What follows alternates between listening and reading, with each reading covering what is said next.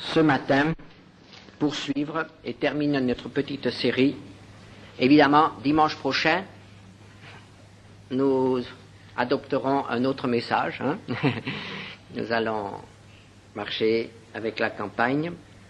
Et ce matin, je voudrais terminer cette petite série de Conquérants pour Christ. Et nous avons vu qu'une vie de victoire dépend d'abord de nos rapports avec la parole de Dieu, la promesse, la parole de Dieu que l'on saisit, puis de nos rapports avec le passé. Il faut savoir rompre avec le passé. Et ce matin, je terminerai avec nos rapports et l'adversaire, avec l'adversaire, l'ennemi. Nous avons des ennemis, c'est évident, et surtout un ennemi. Alors nous allons prendre un texte, toujours dans le livre de Josué, au chapitre 5, versets 13 à 15. Comme Josué était près de Jéricho, il leva les yeux et regarda. Voici, un homme se tenait debout devant lui, son épée nue dans la main. Il alla vers lui et lui dit, « Es-tu des nôtres ou de nos ennemis ?» Il répondit, « Non, mais je suis le chef de l'armée de l'Éternel, j'arrive maintenant. » Josué tomba le visage contre terre, se prosterna et lui dit, « Qu'est-ce que mon Seigneur dit à son serviteur ?» Et le chef de l'armée dit à Josué, « Ôte tes souliers de tes pieds, car le lieu sur lequel tu te tiens est saint. » Et Josué fit ainsi. Jéricho était fermé et barricadé devant les enfants d'Israël. Personne ne sortait et personne n'entrait. Avez-vous remarqué comment commence ce texte? On aurait pu commencer par évoquer la difficulté. Une ville fortifiée, imprenable, pour celui qui a visité des sites archéologiques datant de cette époque, Mycène, Jéricho et d'autres lieux. On voit très bien que ces villes étaient ultra fortifiées. Elles étaient capables de soutenir des sièges allant jusqu'à 2-3 ans. Des villes qui étaient d'abord comme des verrous et dont on ne pouvait s'emparer que par la ruse, comme ce fut dans la guerre de Troie, ou bien alors par la famine. Et ils avaient des réserves, des silos de blé. Ils avaient des sources à l'intérieur des villes, donc les sièges pouvaient durer des années.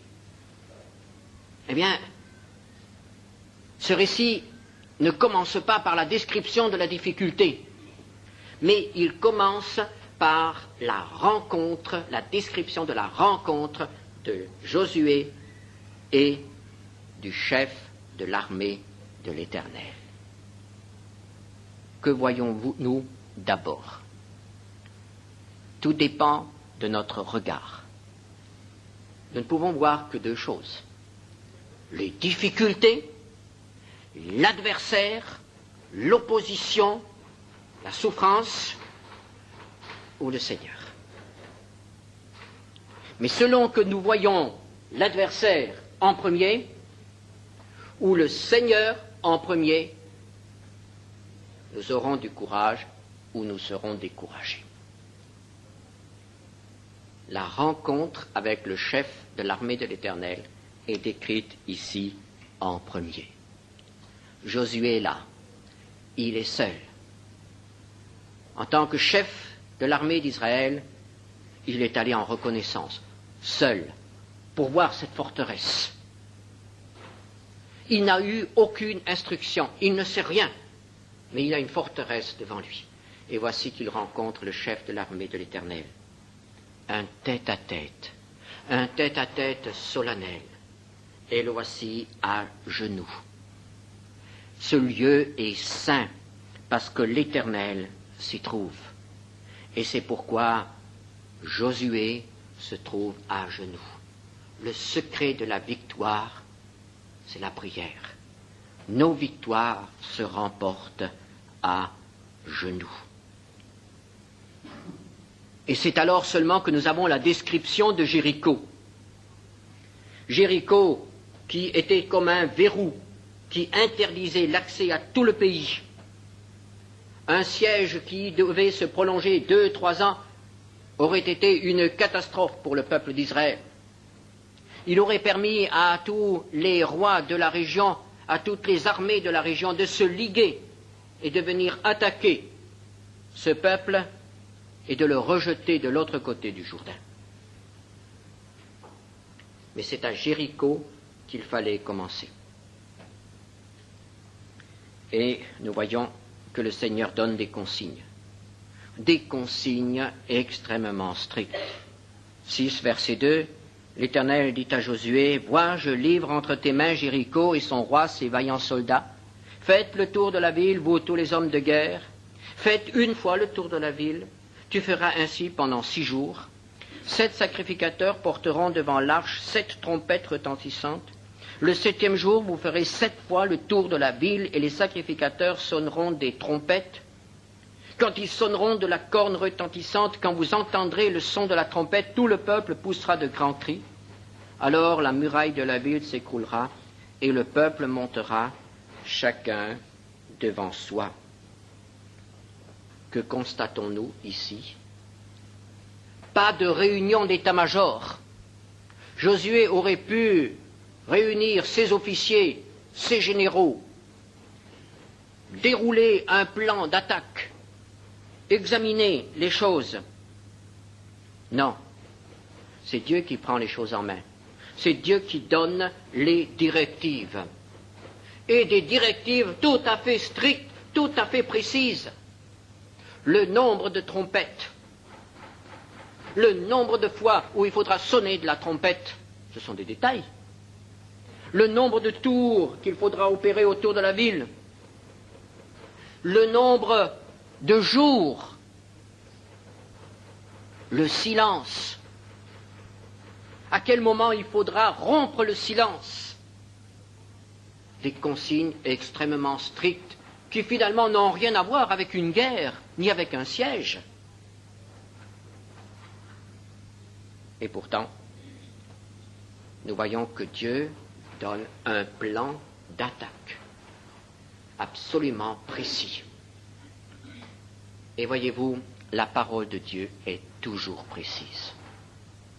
La parole de Dieu doit être appliquée à la lettre. Et nous voyons qu'après avoir reçu ces consignes, Josué ne rentre pas au camp, ne réunit pas son état-major pour discuter de ces consignes.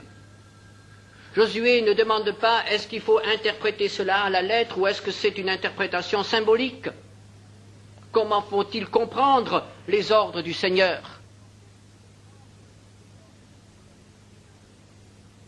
Il n'y a pas eu d'assemblée générale du peuple pour discuter si on va adopter ce plan ou si on va le rejeter. Non, il y a application stricte de la parole de Dieu, des consignes que le Seigneur a données. Nous pouvons dire obéissance et confiance. Obéissance totale, confiance absolue. L'un des secrets de la victoire, c'est cette mise en pratique de la parole de Dieu. Commencez à discuter la parole de Dieu, commencez à interpréter la parole de Dieu, interpréter dans le sens de comment est-ce qu'il faut comprendre, etc., etc. Et à ce moment-là, vous ne pouvez plus remporter de victoire. Si les armées d'Israël n'avaient fait que 6 fois le tour de Jéricho, si le 6e jour ils étaient dit voilà la semaine qui est terminée, il n'y a encore aucun résultat, Jéricho serait encore debout aujourd'hui. La foi s'exprime par l'obéissance totale. Et c'est alors que Dieu agit. C'est alors seulement qu'il peut agir. Au verset 20, le peuple poussa des cris, les sacrificateurs sonnèrent des trompettes. Lorsque le peuple entendit le son de la trompette, Il poussa de grands cris, et la muraille s'écroula. Le peuple monta dans la ville, chacun devant soi, ils s'emparèrent de la ville. Un ennemi totalement surpris, un ennemi désarmé, un ennemi terrifié devant ce tremblement de terre, puisqu'il y a eu un tremblement de terre, devant ce tremblement de terre qui a fait tomber toutes les murailles vers l'extérieur, offrant ainsi un boulevard d'accès au peuple qui se trouvait tout autour et qui n'a eu qu'à rentrer et à appliquer l'ordre de Dieu, à saisir la victoire. Et vous remarquerez, du côté d'Israël, il n'y a eu ni mort, ni blessé. La victoire totale. Dans le domaine spirituel, il en est de même. Notre divin capitaine, le Seigneur Jésus, a aussi remporté la victoire. Et l'apôtre Paul écrit dans Colossiens chapitre 2, verset 15, « Il a dépouillé les dominations et les autorités et les a livrées publiquement en spectacle en triomphant d'elles par la croix. » Ce n'est pas nous qui pouvons remporter la victoire sur Satan. La victoire a été remportée par notre Seigneur Jésus-Christ. C'est à nous d'obéir et c'est à nous de vivre la victoire. Et c'est ainsi que c'est réalisé dès les premiers jours, dès le premier combat, cette promesse du Seigneur à Josué, « Tu réussiras. Tu réussiras. » Pourquoi ? Parce qu'il y a eu obéissance totale. Et le récit se poursuit au chapitre 7. Les enfants d'Israël commirent une infidélité au sujet des choses dévouées par interdit. Akan, fils de Carmi, fils de Zabdi, fils de Zérak, de la tribu de Juda, prit des choses dévouées. Et la colère de l'Éternel s'enflamma contre les enfants d'Israël. Josué envoya de Jéricho des hommes vers Haï, qui est près de Bethaven, à l'orient de Béthel. Il leur dit, montez et explorez le pays. Et ces hommes montèrent et explorèrent Haï. Ils revinrent auprès de Josué et lui dirent, il est inutile de faire marcher tout le peuple, 2 ou 3 000 hommes suffiront pour battre Haï. Ne donne pas cette fatigue à tout le peuple, car ils sont en petit nombre. 3 000 hommes environ se mirent en marche, mais ils prirent la fuite devant les gens d'Haï. Les gens d'Haï leur tuèrent environ 36 hommes. Ils les poursuivirent depuis la porte jusqu'à Shebarim et ils les battirent à la descente. Le peuple fut consterné et perdit courage. Une magnifique victoire. Et le lendemain, une défaite. Qu'est-ce qui a provoqué cette défaite ? Le péché d'Akan. Mais qu'est-ce que le péché d'Akan ? Je dirais que le péché d'Akan peut être défini par 3 mots. L'individualisme, la cupidité et le rejet de la parole de Dieu. L'individualisme. Pourquoi l'individualisme ? La conquête de Canaan était une entreprise collective. Tout le peuple était mobilisé. Elle impliquait une obéissance collective, une obéissance sans faille de la part du peuple, jusque dans le détail, mais aussi une obéissance de chaque membre du peuple. À partir du moment où il y en a un qui désobéit, il n'y a plus obéissance totale. Et c'est là qu'apparaît l'individualisme d'Akan. Il ne se sent pas concerné par les ordres qui sont adressés à tout le peuple.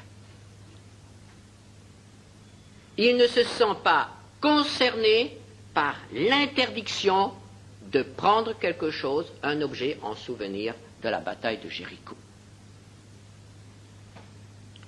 L'individualisme.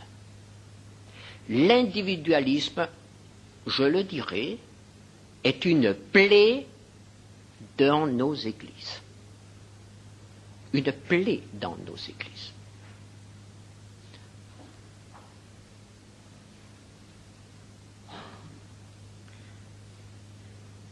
On n'accepte pas de s'engager ou de se soumettre en tant qu'individu à quelque chose qui concerne toute la collectivité. Et on prétend pouvoir avoir des droits spéciaux. On prétend pouvoir se dispenser de certaines obligations. Oui, c'est vrai, tout le monde fait ainsi. Mais moi, je pense autrement. Moi, je fais autrement. Et voilà notre Akan qui prend des initiatives personnelles. L'individualisme. Le deuxième, c'est la cupidité. Dieu voulait que tout ce qui était dans Jéricho soit détruit, sauf l'or et l'argent qui devaient être consacrés au trésor du tabernacle. C'était en quelque sorte les prémices que le peuple offrait à l'Éternel. Le peuple n'avait pas à se servir dans cette affaire. Le peuple ne remportait aucun avantage matériel de la conquête de Jéricho. Jéricho devait être brûlé et rasé. Et le peuple n'allait pas avoir un sou de plus après la bataille. Pas de salaire pour le peuple dans cette affaire. Dieu donnait la victoire et il se réservait les prémices. Après, cela allait être différent. Mais c'était les prémices. Dieu d'abord. Et voici que cet homme a vu de l'or. Il a vu un magnifique manteau. Et il a dit, pourquoi ne pas me servir? Il y a assez d'or pour Dieu, ça ne va pas l'appauvrir. Et ce manteau, pourquoi y mettre le feu? Pourquoi? La cupidité. On veut tirer un bénéfice de cette affaire, un bénéfice personnel. Mais je dirais qu'il n'y a pas seulement la cupidité matérielle. Ce qui est dangereux, c'est aussi le bénéfice personnel, une certaine gloire, un certain mérite. On s'attribue un certain mérite dans la réussite de telle ou telle affaire. Et il faudra que nous fassions très très attention, afin que, à la fin de la semaine, nous ne soyons pas plus orgueilleux que ceux qu'avant, que nous ne soyons pas plus fiers qu'avant, que nous ne soyons pas plus grands qu'avant, que nous n'ayons pas l'impression d'être de meilleurs chrétiens qu'avant. Pas de mérite personnel. Que nous ne retenions rien pour nous, que nous ne nous glorifions pas d'un succès quelconque, serait-il magnifique. Même si tout Marseille se convertissait, nous n'en aurions aucun mérite. C'est Dieu qui prend Jéricho. Rien pour nous. Et enfin, le troisième aspect du péché d'Akan, qui est le mieux reconnaissable, c'est tout simplement le rejet de la parole de Dieu. Dieu avait dit, ne prenez rien pour vous. Il a désobéi et il a pris pour lui.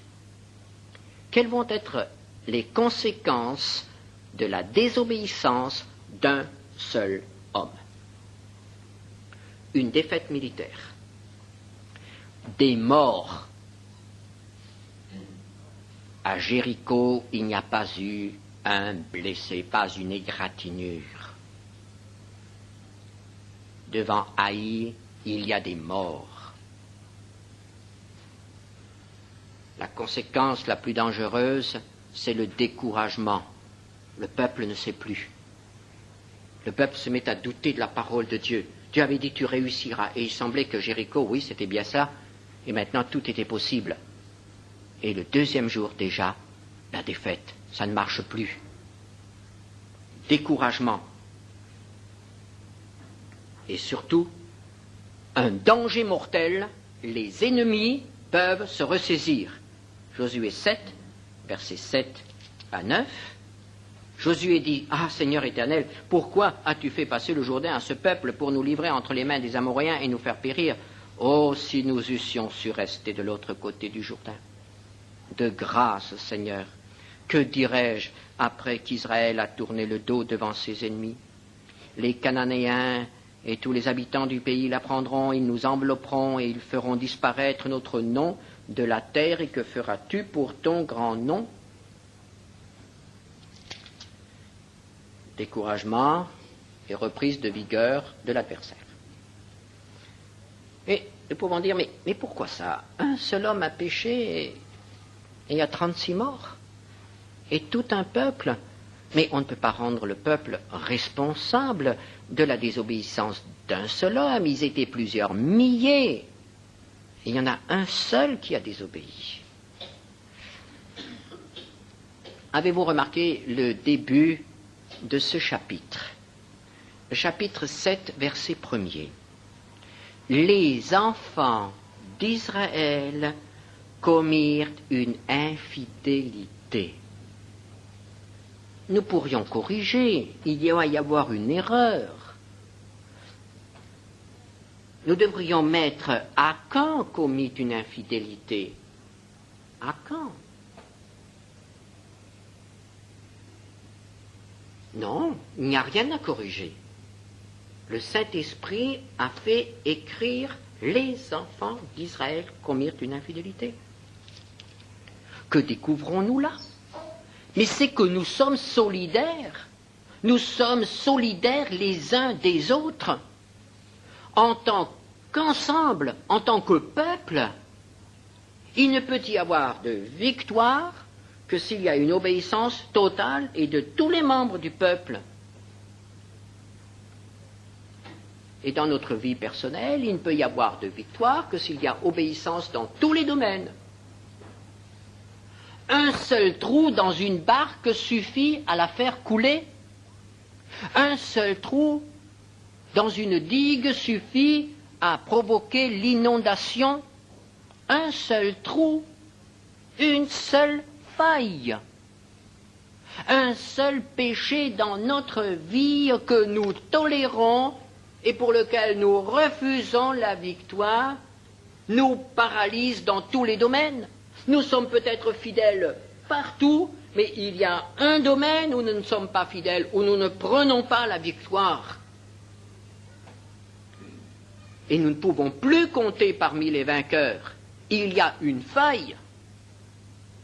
Lorsque l'ennemi arrive à percer un seul point de la ligne de défense, mais il traverse et il reprend les lignes de défense par l'arrière et le pays est vaincu.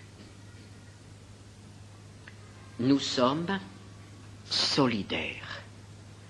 Et là, je reviens à l'individualisme.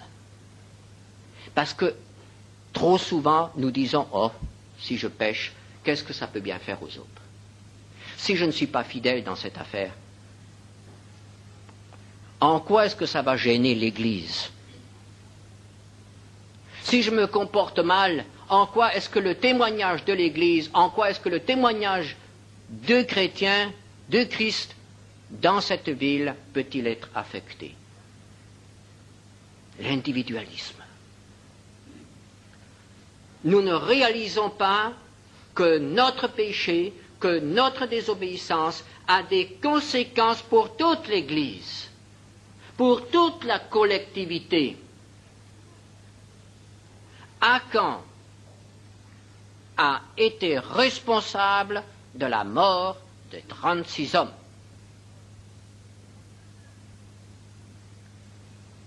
Et il a fait courir à son peuple un danger extrême. Frères et sœurs, nous sommes au début d'une bataille cette semaine. Et l'adversaire va porter ses coups. Il faut que nous soyons conscients que si l'adversaire a des droits en nous, quelque chose qui n'est pas un ordre dans notre vie, un compromis, un péché, un interdit, nous subirons des coups et nous mettrons nos frères en danger. Nous avons fait cette remarque depuis que je suis pasteur ici à Marseille. Chaque fois qu'il y avait une campagne d'évangélisation, nous avons gagné des âmes et nous avons perdu des membres. Et au cours de cette campagne, nous avons déjà perdu des frères et sœurs qui ne viennent plus. Attention, l'ennemi ne va pas vous rater. Il ne va pas nous rater. Si nous allons à la campagne, comme si nous allions nous promener dans les calanques de Marseille. Il ne va pas nous rater s'il y a dans notre vie une désobéissance, une impureté, quelque chose qui empêche Dieu de nous protéger totalement. Dieu s'était retiré du peuple. Il refusait la victoire parce qu'il y avait Achan. Vous me direz, mais c'est pas juste quand même. C'est pas juste. Pourquoi un peuple entier doit-il subir les conséquences de la désobéissance d'un seul homme? Tout d'abord parce que le Seigneur nous dit que nous sommes un corps. Tolérez dans votre corps une infection sans la soigner, et cette infection va se généraliser. Tolérez dans votre panier de fruits une pomme qui pourrit, et tout le panier va pourrir. Vous allez peut-être mettre des fruits sains bien contre la pomme pourrie, pour guérir la pomme pourrie. Je n'ai jamais vu ça. C'est la pomme pourrie qui fait pourrir les fruits sains. Faites beaucoup de bonnes œuvres, de bonnes choses pour cacher, pour compenser un péché secret. Et vous serez quand même infesté, totalement infesté. Et vous allez infester les autres.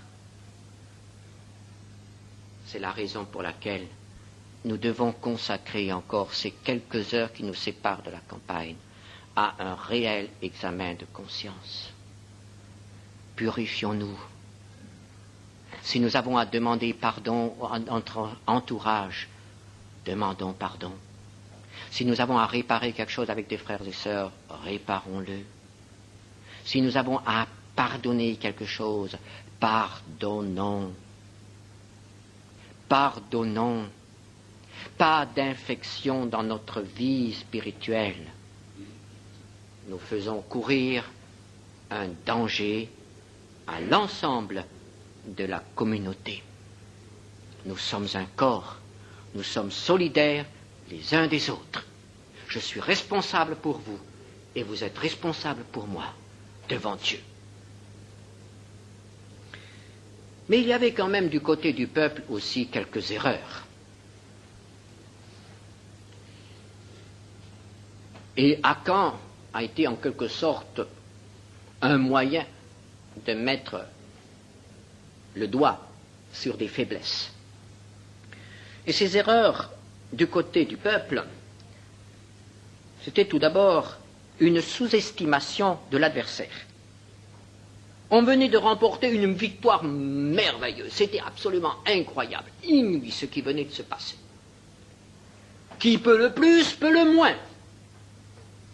Désormais, quelle que soit l'importance de la forteresse, Israël n'avait plus peur de rien. Jéricho est tombé, Haï, la ville d'Haï, on n'en fera qu'une bouchée. Alors il y avait une certaine euphorie, et après la victoire, tout semble possible. Et peut-être que nous allons vivre cela cette semaine. Nous allons peut-être vivre un début victorieux. Nous allons peut-être voir des choses inouïes se passer autour de nous. Nous allons voir des personnes qui n'ont aucun contact avec la parole de Dieu, tout à coup se lever et descendre et accepter le Seigneur. Et ça nous semblera tellement facile, ça nous semblera tellement extraordinaire que tout à coup, nous allons partir dans l'euphorie. Et là, attention, le danger nous guette. Nous n'avons pas à marcher par l'euphorie. Nous n'avons pas à marcher par enthousiasme, nous avons à marcher par la foi et dans l'obéissance à la parole de Dieu. L'adversaire est toujours plus fort que nous lorsque nous sommes seuls. Et veillons toujours à savoir si le chef de l'armée de l'Éternel est encore à côté de nous. Assurons-nous de cela, que le Seigneur est encore toujours avec nous dans ce que nous allons entreprendre cette semaine.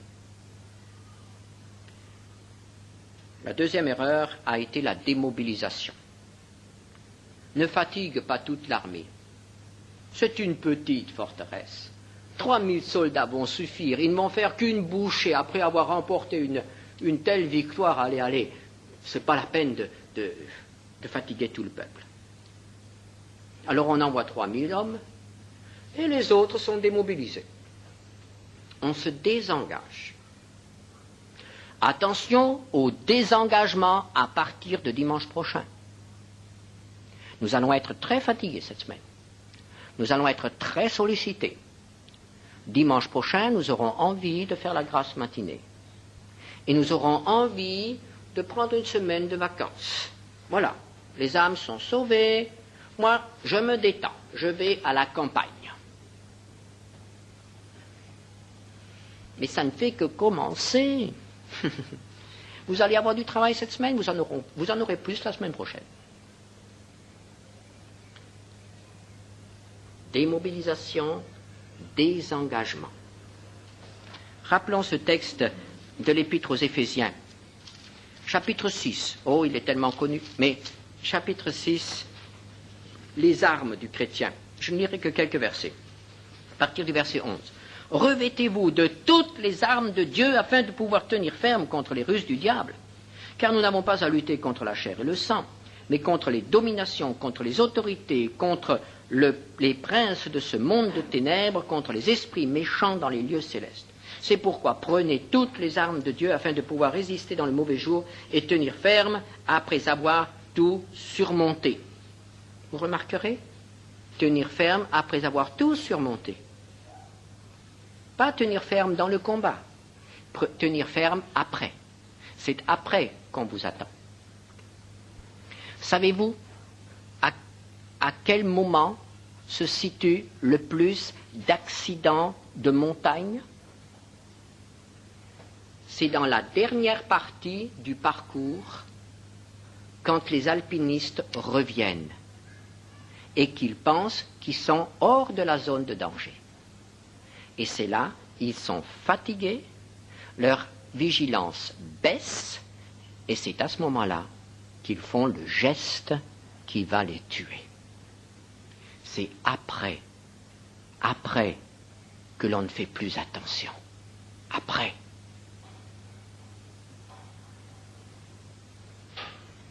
Souvenons-nous, l'adversaire nous guette comme un lion rugissant. Et enfin, la dernière erreur de ce peuple et de Josué, parce qu'il porte aussi sa responsabilité, malheureusement, nous ne voyons nulle part qu'ils ont cherché l'Éternel. N'est-ce pas? Ils n'ont pas cherché l'Éternel avant la bataille. Pour Jéricho, oui, parce que c'était pour eux impossible. Mais Haï était à leur portée.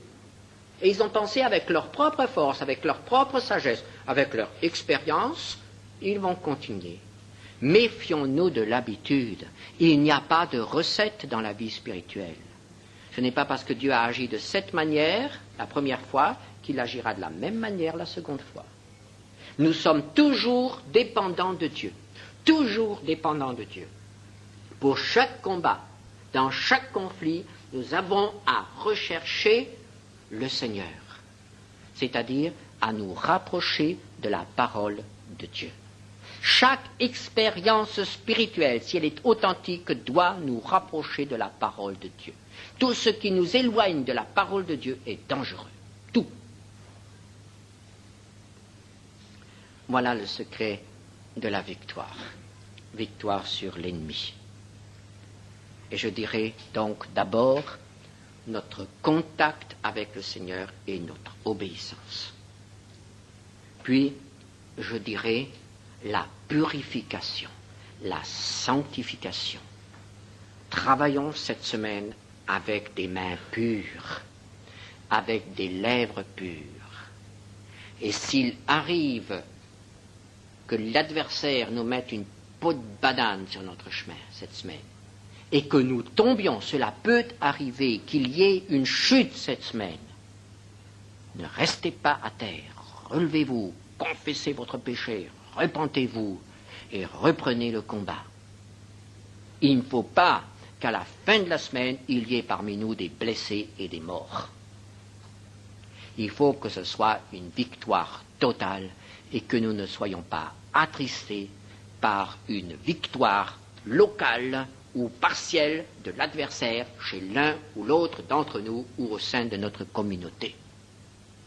Que nous soyons tous debout et tous dans la joie et dans la reconnaissance pour ce que le Seigneur a fait. Et que le Seigneur nous bénisse. Amen. Je crois que nous pouvons consacrer quelques instants pour un moment de silence, de prière silencieuse. Nous allons avoir une semaine extrêmement chargée, bousculée. Ménageons-nous maintenant un petit moment de silence. Nous avons des choses à dire au Seigneur. Et si l'un ou l'autre veut prier, mais d'abord un petit moment de silence.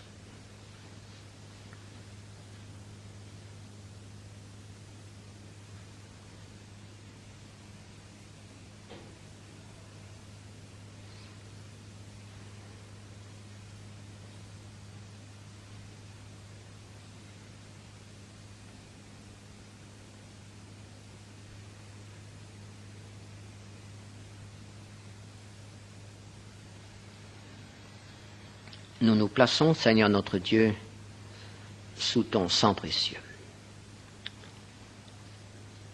Et nous avons besoin d'être purifiés. Nous t'apportons ce qui, dans notre vie, est encore faiblesse, désobéissance, impureté. Nous te confessons, Seigneur, que nos sentiments ne sont pas toujours ceux de l'amour quand nous pensons à nos frères. Pardonne tout esprit de critique, toute parole de critique. Purifie-nous, Seigneur, sanctifie-nous pour que cette semaine, nous soyons des ouvriers que tu pourras employer. Nous allons certainement vivre de grandes choses. Et nous avons le privilège d'être non seulement les témoins, mais aussi d'être participants de ces grandes choses. Et nous te prions pour chacun d'entre nous et aussi pour ceux qui ne sont pas parmi nous ce matin,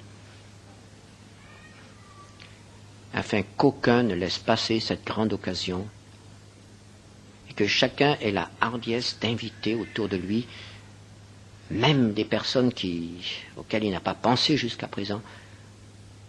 Merci parce que nous pouvons nous attendre à une grande victoire. Et que ton nom soit glorifié.